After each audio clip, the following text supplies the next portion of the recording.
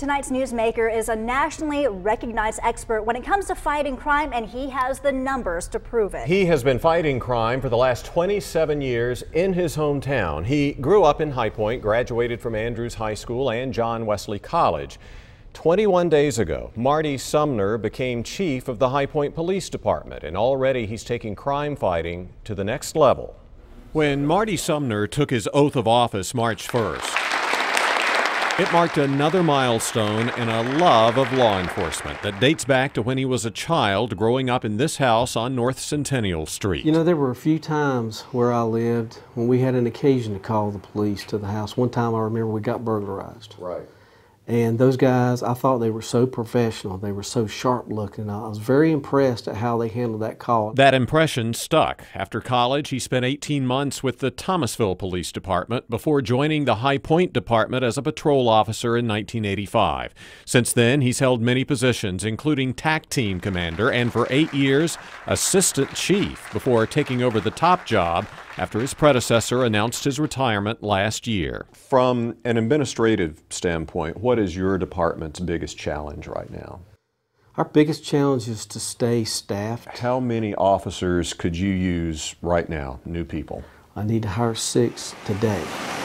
Although the starting salary for a High Point officer is $35,000 a year, and even more if you have college degrees and experience, Sumner says the long hours and dangers that go with the job keep many from applying. But his recruitment office is busy, and a new billboard campaign's showing signs of success. But then again, Sumner's no stranger to success, especially when it comes to the department's violent crime reduction strategy, which he helped implement in 2003. What were you guys facing back in 2003 that caused you to stop and say, hey, we got to do something about this?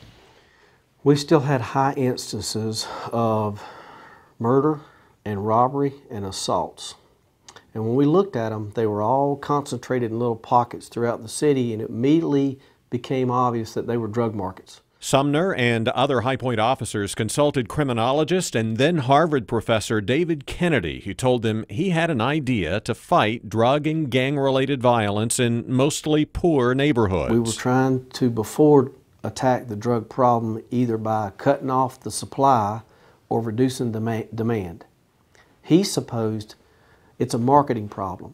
So all you got to do is change the market. And I'm telling you here tonight that this has got to come to a stop. High Point Police then took Kennedy's suggestion of calling violent offenders into meetings. This was one of the first ones in February 2004, to listen to people in the community express their concerns. You're either going to be your worst enemy or your best friend. The offenders then learned they're about to get opportunities to change their ways and even hear from people who can help them get degrees and find jobs. Then they get the hard message: go straight or go straight to jail. They prosecute you as vigorously as they can if you show up in court again. If you're doing a good job, this message isn't for you. And in targeted areas like this one west of downtown, that was one of the worst when it came to drug violence. And we had keys to the church for a while. We used the church building to do surveillance. Right. And arrested drug dealers every month from this intersection over here. The results have been significant. Crime in this neighborhood's dropped nearly 60%. Citywide, it's down 47%, while the city's population has grown 34%. To give it back to the people that lived here, that's been my most satisfying, most proud moment. Do y'all still have the keys to this church? We actually gave the keys back. Many other cities have copied the program, and since it's required no additional staffing, High Point Police are able to focus on other areas, including what Sumner calls the city's #1 public safety threat: domestic violence. Given the success of this program, is it safe to assume that High Point is the safest it's ever been? Well, I think so. I think the numbers, and I think probably some of the recent city surveys that I've seen will indicate that this is a very safe place.